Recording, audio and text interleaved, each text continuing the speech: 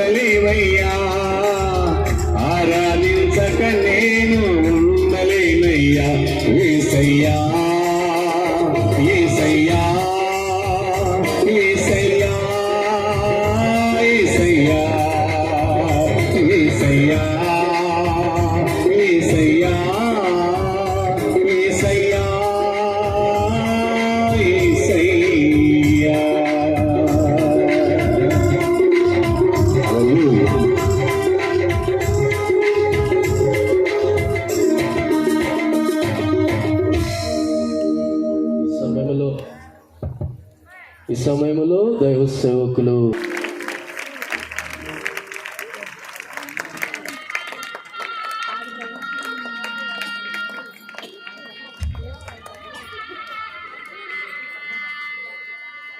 చివరిగా ద్రాక్షవల్లి ప్రార్థనా సహవాసము ద్వారా చేస్తున్నారా? కొన్ని సంవత్సరాలుగా ఈ సువార్త సభలలో సువార్త గీతాలు పాడి ప్రభుని కనపరచడానికి ప్రభు చూపిన కృపను బట్టి స్థానిక సంఘవంతుడికి కూడా హృదయపూర్వక ధన్యవాదాలు తెలియజేస్తున్నాం. మన మధ్యలోనికి చేసినటువంటి అన్నగారు కూడా ప్రత్యేక వందనాలు గ్రహించిన యాకోబు బావి కాడా యేసయ్యను చూశానమ్మా, ఎండవేళ ఎంతో అలసి ఒంటరిగా ఉన్నాడమ్మా. నాతో కలిసి పాడుతూ చప్పట్లు కొడుతూ ప్రభుని కనపరచడానికి మనందరూ కూడా సిద్ధపడదాం. చప్పట్లు కొడదాం.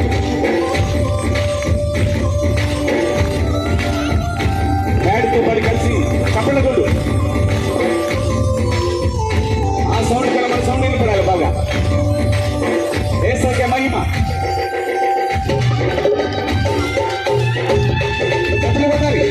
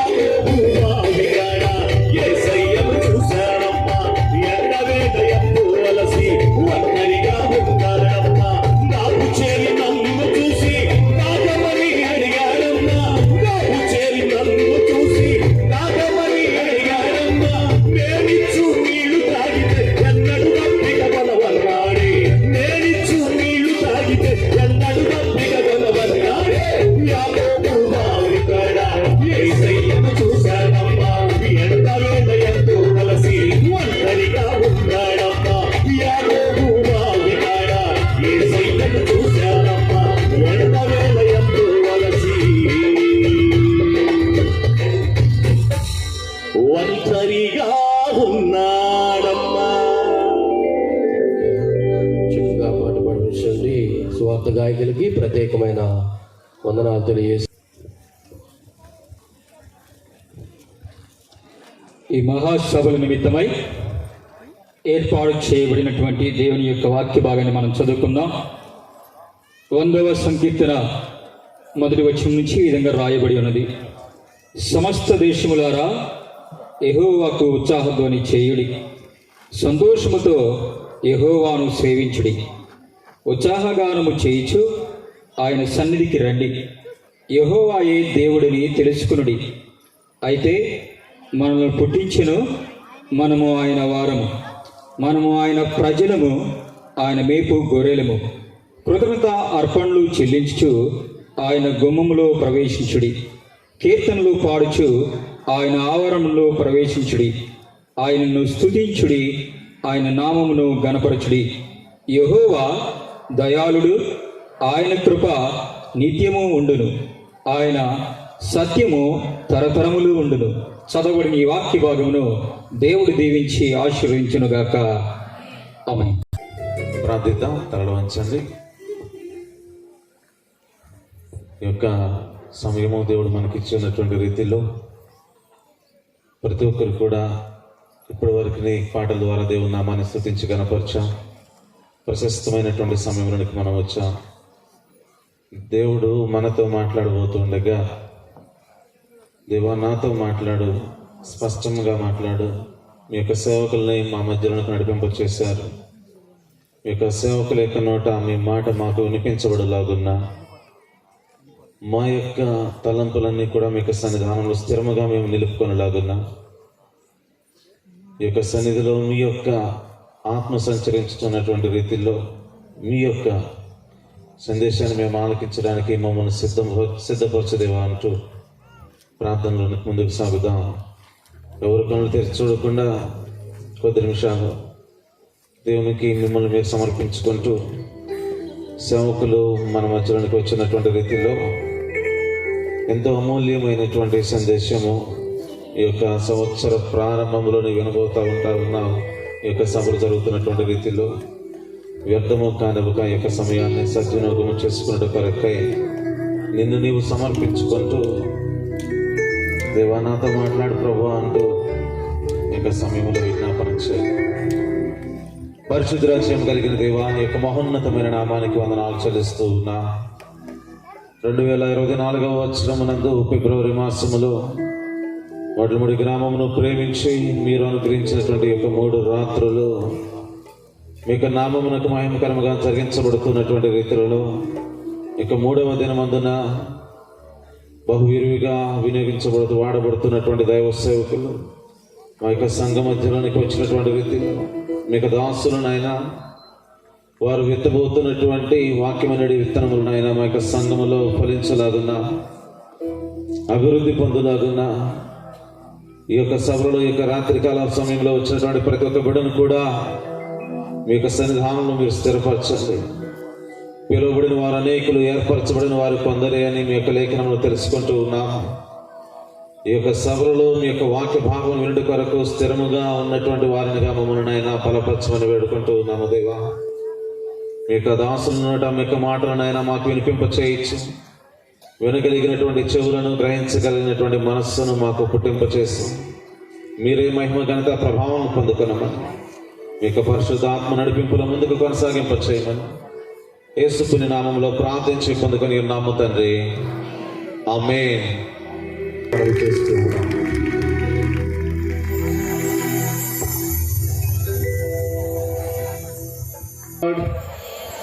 చెప్పండి గట్టిగా, హల్లెలూయా, హల్లెలూయా. దేవుని పేరిట మీ అందరికీ నిండు మనస్సు వందనాలు. యేసుక్రీస్తు వారి యొక్క శ్రేష్టమైన నామాన మీ అందరికీ వందనాలు, స్తోత్రాలు. వేదిక మీద ఉన్న దైవ సేవకులందరూ కూడా హృదయపూర్వకమైన వందనాలు.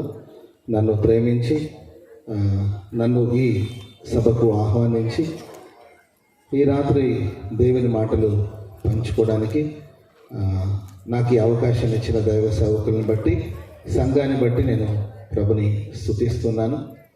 చాలామంది గొప్ప గొప్ప దైవజనులు ఆంధ్ర రాష్ట్రంలో ఉన్నారు. మరి నన్ను ఈ మీటింగ్ పిలవాలనే దేవుడు వారికి ప్రేరణను కలిగించి మరి మీ మధ్యలో రావడానికి నాకు అవకాశాన్ని కల్పించిన వారిని బట్టి నేను ప్రభుని స్తుతిస్తున్నాను. దేవుడి పరిచర్యను ఆశీర్వదించి దీవించుగాక. హల్లెలూయా. ఈ టైం దాదాపుగా 9:44 కానీ ఎవరి మొహంలో కళ దగ్గర మెరిసిపోతున్నారు. మరి మీ చర్మ సౌందర్యానికి రహస్యం ఏంటో నాకు తెలియట్లేదు. చాలా ఉత్సాహంగా ఉన్నారు, చాలా సంతోషం. అండ్ పాటలు కూడా చాలా అద్భుతంగా పాడుతూ ఉన్నారు. యాకోబు బావి కాడ పాట చాలా బాగా పాడారు, చాలా ఉత్సాహంగా. సో దేవుడు మీకు ఇచ్చిన కృపను బట్టి అండ్ ఆ ఎనర్జీ లెవెల్స్ని బట్టి కూడా నేను దేవుని స్తుతిస్తున్నాను. చాలా ఉత్సాహంగా పాడారు, చాలా సంతోషం. ఇలా ఆత్మ సంబంధమైన మనుషుల మధ్యలో దేవుని సన్నిధిలో నిలబడి ఆయన నామన గణపరిచే అవకాశాన్ని ప్రభు నాకు ఇచ్చినందుకే నేను దేవుని స్తుతిస్తున్నాను. ఇప్పటికీ ఆలస్యం అయింది కాబట్టి దేవుని వాక్యాన్ని మనం ధ్యానం చేద్దాం. దాని ముందు ఒక పాట పాడదాం, ఆ తర్వాత దేవుని మాటలు మీతో పంచుకుంటాను. Praise the lord. హల్లెలూయా. పాడేటప్పుడు మనందరికీ తెలిసిన పాట. ఒకప్పుడు మేము కొత్త పాట వస్తే హోసన్నా పాటలు వస్తే ఆయా ప్రాంతాలకు వెళ్ళినప్పుడు అక్కడ ఉన్న వాళ్ళకి నేర్పించేవాళ్ళం, ఇలా పాడాలి అని చెప్పేవాళ్ళం. సో నేర్చుకొని పాడేవాళ్ళం. ఇప్పుడు ఈ మధ్యకాలంలో మరి ఏం జరుగుతుందో తెలియట్లేదు. మేము వెళ్ళే చోట వాళ్ళు పాడి మాకు నేర్పిస్తున్నారు, అంటే తొందరగా నేర్చుకుంటున్నారు అనమాట. ప్రైజ్లా ఈజీగా తేలిగ్గా నేర్చేసుకుంటున్నారు. మీ స్వరాలన్నీ కూడా మధురంగా మారుతున్నాయి, త్వరగా పాడగలుగుతున్నారు పెద్ద ఇబ్బంది లేకుండా. సో అందరిని బట్టి కూడా నేను దేవుని స్తుతిస్తున్నాను. కాబట్టి మీకు నేర్పాల్సిన అవసరం లేదని నేను అనుకుంటున్నాను. నాతో కలిసి పాడండి. అట్లా నేర్పించమన్నానని మరి నాకన్నా ముందుగా మీరు పరిగెత్తారనుకోండి, నేను ఆయాసపడిపోతాను. కాబట్టి మరి నా వెనకబడిపోకుండా, నా ముందు పరిగెత్తకుండా నాతో పాటు కలిసి మనందరూ కలిసి ప్రభునామాన్ని ఘనపరుస్తాం. Hallelujah, hallelujah. Thank you Jesus.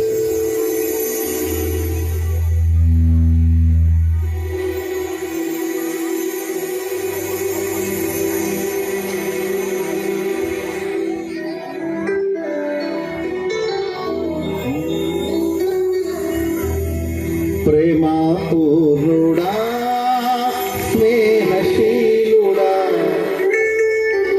విశ్వనాథుడా, విజయ వీరుడా,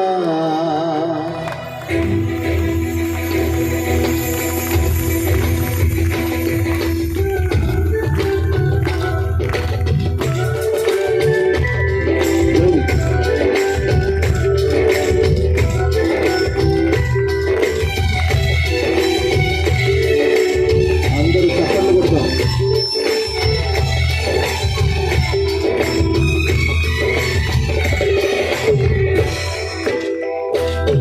ప్రేమాపూర్ణుడా, స్నేహశీలుడా, విశ్వనాథుడా, విజయ వీరుడా, ఆపత్కాల మందున సర్వలోకమందున దీనజనాన్ని దీపముగా వెలుగుతున్నవాడా, ఆరాధించు నిన్నే,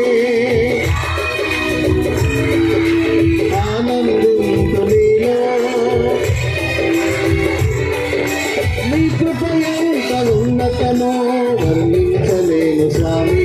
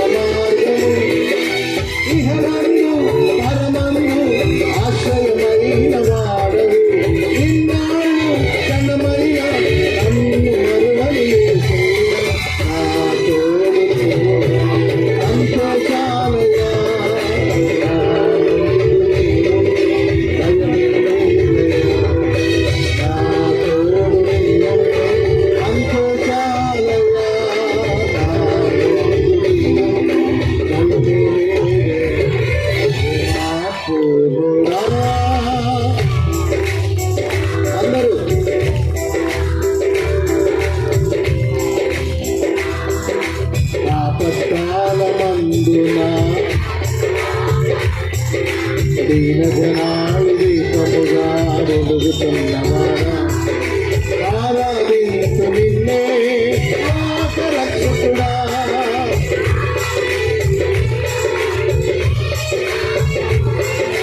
నీ కృపయంత ఉన్నతమో వర్ణించలేను స్వామి నీ కృపయంత తుది వరకు నడిపించు యేసయ్యా ప్రేమాపూర్ణుడా విశ్వనాథుడా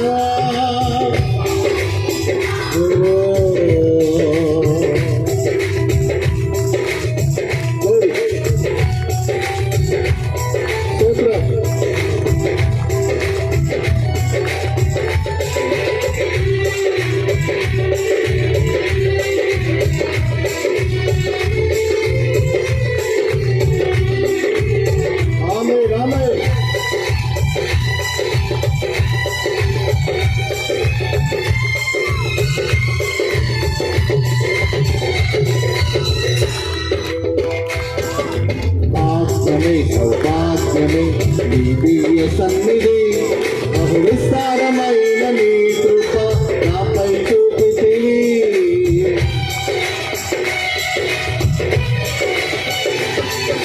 భాగ్యమే సౌభాగ్యమే నీ దివ్య సన్నిధి బహు విస్తారమైన నీ కృప నాపై చూపితివి బలమైన ఘనమైన ఈ నామమందు హర్షించి అజయించి కీర్తించి గణపరచు నిన్ను యేసయ్యా తోడు నీవు అంతో చాలయ్యా నా ముందు నీవు భయమేదయ్యా నా తోడు నీవు అంతో చాలయ్యా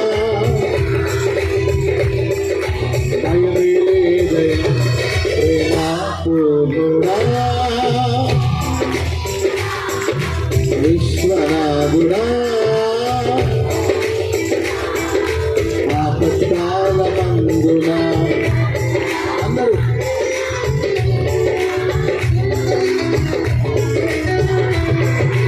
ఆరాధించు నిన్నే ఆనందించు నీలో నీ కృపయంతరున్నతమో వర్ణించలేను స్వామి నీ కృపయందు తుది వరకు నడిపించు యేసయ్యా ప్రేమాపూర్ణుడా విశ్వనాథుడా విజయ వీరుడా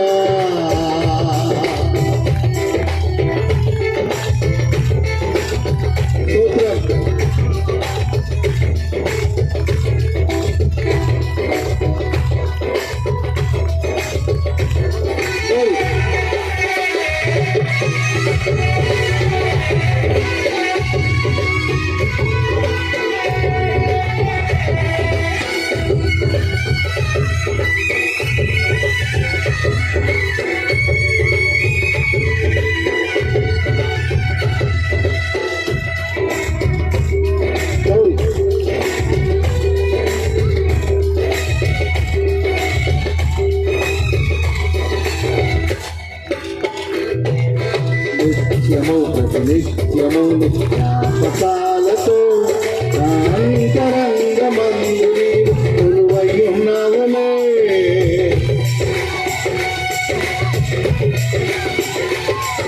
నిత్యము ప్రతినిత్యము నిత్యాపకాలతో అంతరంగమందు నీవు కొలువై ఉన్నావులే నిర్మలమైన నీ మనసే నీతోనే జీవింప నన్ను కొనిపోయేసయ్యా నా తోడు నీవుంటే అంతో చాలయ్యా నా ముందు నీవుంటే నా తోడు నీవుంటే అంతో చాలయ్యా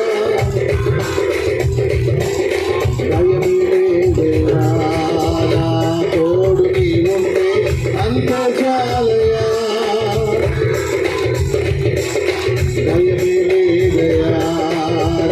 తోడు నీవుంటే నా ముందు నీవుంటే భయమే ప్రేమ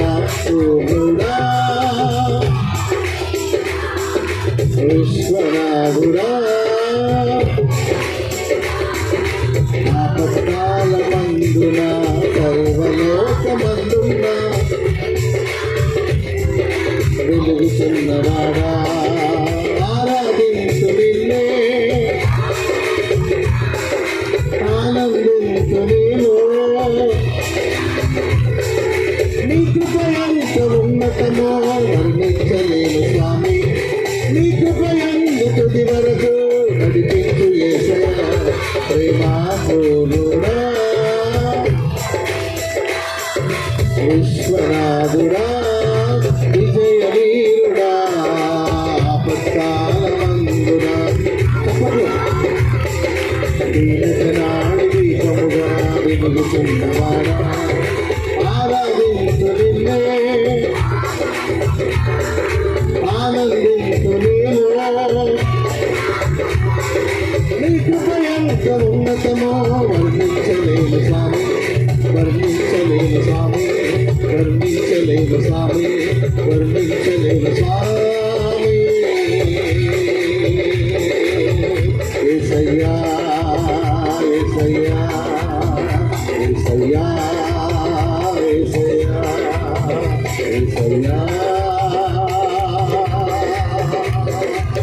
యేసయ్యా యేసయ్యా యేసయ్యా యేసయ్యా యేసయ్యా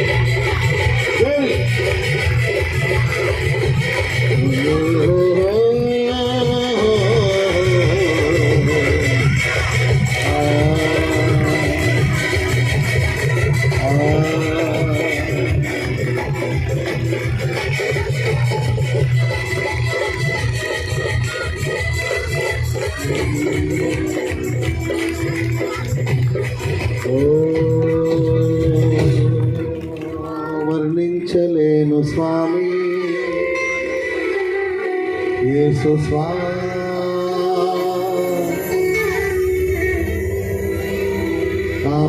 ఆపత్కాలమందున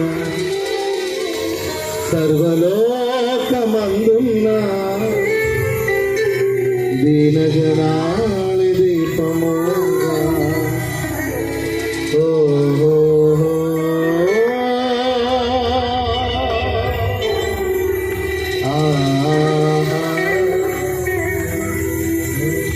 అందరూ చప్పట్లు కూడా దేవునికి స్తోత్రాలు గట్టిగా హల్లెలూయా హల్లెలూయా సమారాధన కత్తురాల వలన కత్తురాల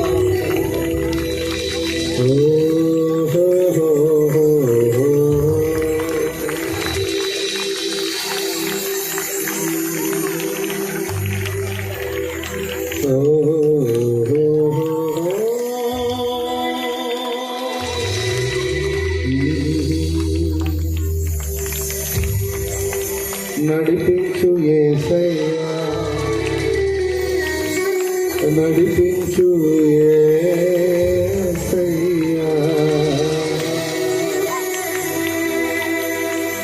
రెండు చేతులు ఆపత్కాలమందున సర్వలోకమందున్న కూర్చున్నవాడా, స్వరమైతే అందరు ఆపత్కాలమందున సర్వలో లోకమందున్న దీన జనాళి దీపము ఓ ఓ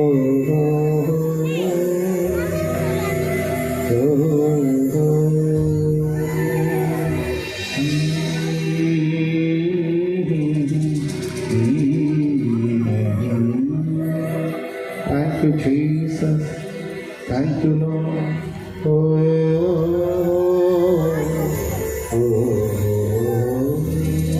Shabara balaka purala baba balaka purala shabara balaka purala balaka purala baba shabara balaka.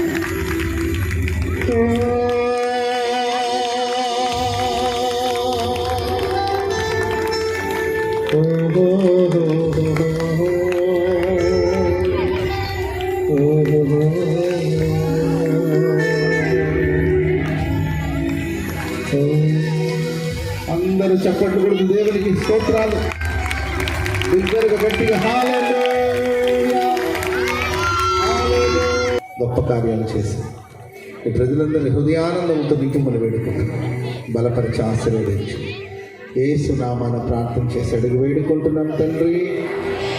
ఆమేన్.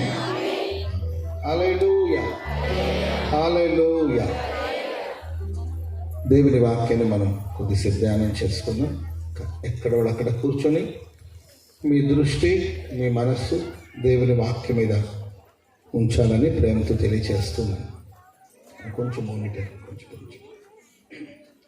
యెషయా గ్రంథం 35వ అధ్యాయము 10వ వచనాన్ని మనం చదువుదాం. యెషయా గ్రంథం 35వ అధ్యాయం 10వ వచనం. యెహోవా విమోచించిన వారు పాటలు పాడుచు తిరిగి సియోనుకి వస్తారు. వాళ్ళ తలల మీద నిత్య ఆనందము ఉంటుంది. వారు ఆనందంగా ఉంటారు, సంతోషంగా ఉంటారు. వచ్చెదరు దుఃఖమును నిట్టూర్పును ఎగిరిపోతారు. స్తోత్రం చెప్పండి అందరు గట్టిగా గట్టిగా హల్లెలూయా. యెహోవా చేత విమోచించబడిన వాళ్ళు పాటలు పాడుచు సియోనుకు తిరిగి వస్తారంట. వాళ్ళు ఆనందంగా ఉంటారు, సంతోషంగా తిరిగి వస్తారు. వాళ్ళ జీవితంలో దుఃఖము నిట్టూర్పు ఎగిరిపోతుంది. ఆమె చెప్పండి గట్టిగా. సంతోషంగా ఉంటారు, ఆనందంగా ఉంటారు అనడానికి ఎన్ని పదాలు అక్కడ వ్రాయబడిందో గమనించండి. దేవుని చేత విమోచించబడిన వాళ్ళు సంతోషంగా ఉంటారు, లేకపోతే ఆనందంగా ఉంటారు. దీని గురించి ఎన్ని విధాలుగా మాటలు వ్రాయబడిందో మీరు చూడండి.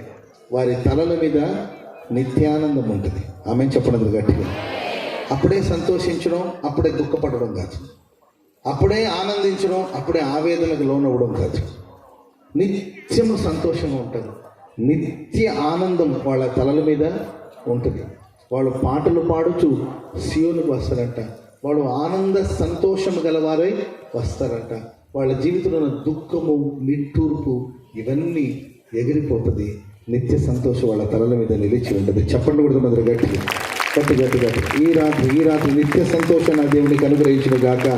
నిత్యానందం దేవుడు మీకు అనుగ్రహించును గాక. సంతోష ఆనందం గలవారు ఇక్కడ మనం తిరిగి వెళ్ళబోతూ ఉన్నాం. దుఃఖము నిట్టూర్పు ఎగిరిపోవును గాక. దుఃఖము నిట్టూర్పు ఎగిరిపోవును గాక. దుఃఖము నిట్టూర్పు ఎగిరిపోవును గాక. ఈ రాత్రి ఎవరి జీవితంలో ఏ నిట్టూర్పు ఉందో, ఎవరు దుఃఖంతో కన్నీళ్లతో ఇక్కడ కూడి వచ్చి ఉన్నారు, దేవుని సన్నిధికి వచ్చిన వాళ్ళందరూ కూడా సంతోషంగానే వచ్చారు అని అనడానికి వీల్లేదు. ఎవరెవరి గుండెలోతో ఏ ఏ బాధ దాకుందో తెలియదు, ఎవరి కళ్ళు చెమ్మెక్కిందో తెలియదు, ఎవరి గుండె బరువెక్కిందో తెలియదు. కన్నీళ్లతో ఆవేదనతో ఏడవడానికి, కన్నీళ్లు విడవడానికి పలు కారణాలు. పరిశుద్ధ గ్రంథంలో ఎందరో ఒక్కొక్కరి ఏడుపుకి, ఒక్కొక్కరి దుఃఖానికి పలు కారణాలు. ఈ పిల్లవాని చావు చూడలేనని ఎలుగెత్తి ఏడ్చిన ఓ తల్లి, నమ్మించిన వాడు మోసం చేసి, నమ్మించి మోసం చేసిన వాడు ఆశల బేడలు కట్టుకునింది. జీవితం ఆనందంగా సాగిపోతుంది అనుకునింది. ఆమె బతికేదో ఆమె బతుకుతుంది కాదండి, ఆమె బతికేదో ఆమె బతుకుతుంది. ఆమె బాధలేమో ఆమె పడుతుంది, ఆమె కష్టాలేమో పడుతుంది. అలా బతకనివ్వచ్చు కదా. ఆశలు రేపి, ఆశలు కలిగించి, ఆశలు చిగురింపజేసి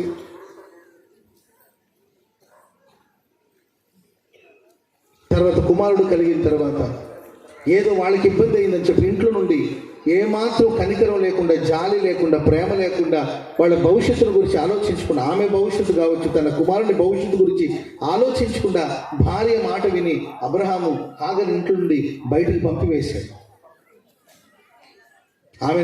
ఆమెను దగ్గర తీసుకున్నప్పుడు భార్య మాట విన్నాడు, ఆమెను పంపించేసినప్పుడు భార్య మాట విన్నాడు. తన భార్య ఏం చెప్తే చేస్తాడు అబ్రహాం గారు, విశ్వాసులకు తండ్రి. కానీ భార్య ఏం చెప్తుందో దాన్ని చేస్తాడు. దాసిని భార్యగా తీసుకోవాలని భార్య చెప్పింది, విన్నాడు.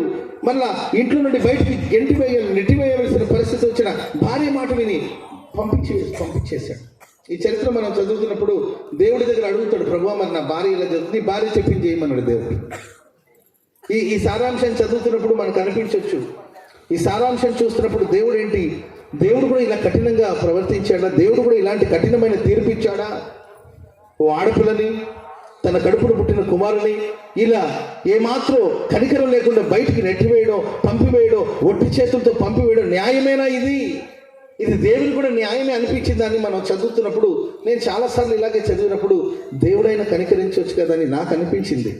ప్రియులరా, సరే బయటికి పంపిమన్నాడు కానీ దేవుడు అబ్రహాము వదిలేశాడేమో కానీ దేవుడు హాగర్ని విడిచిపెట్టలేదు. చెప్పలు కూడా మందరు గట్టిగా హాగరు వెంటనే ప్రభు వెళ్ళాడు. ఆ ఎడారిలో తిరుగుతున్న హాగరు కన్నీరును ప్రభు చూశాడు. ఆ చిన్నవాడు మొరపెడుతుంటే అతని మూలుగుల దేవుడు విన్నాడు.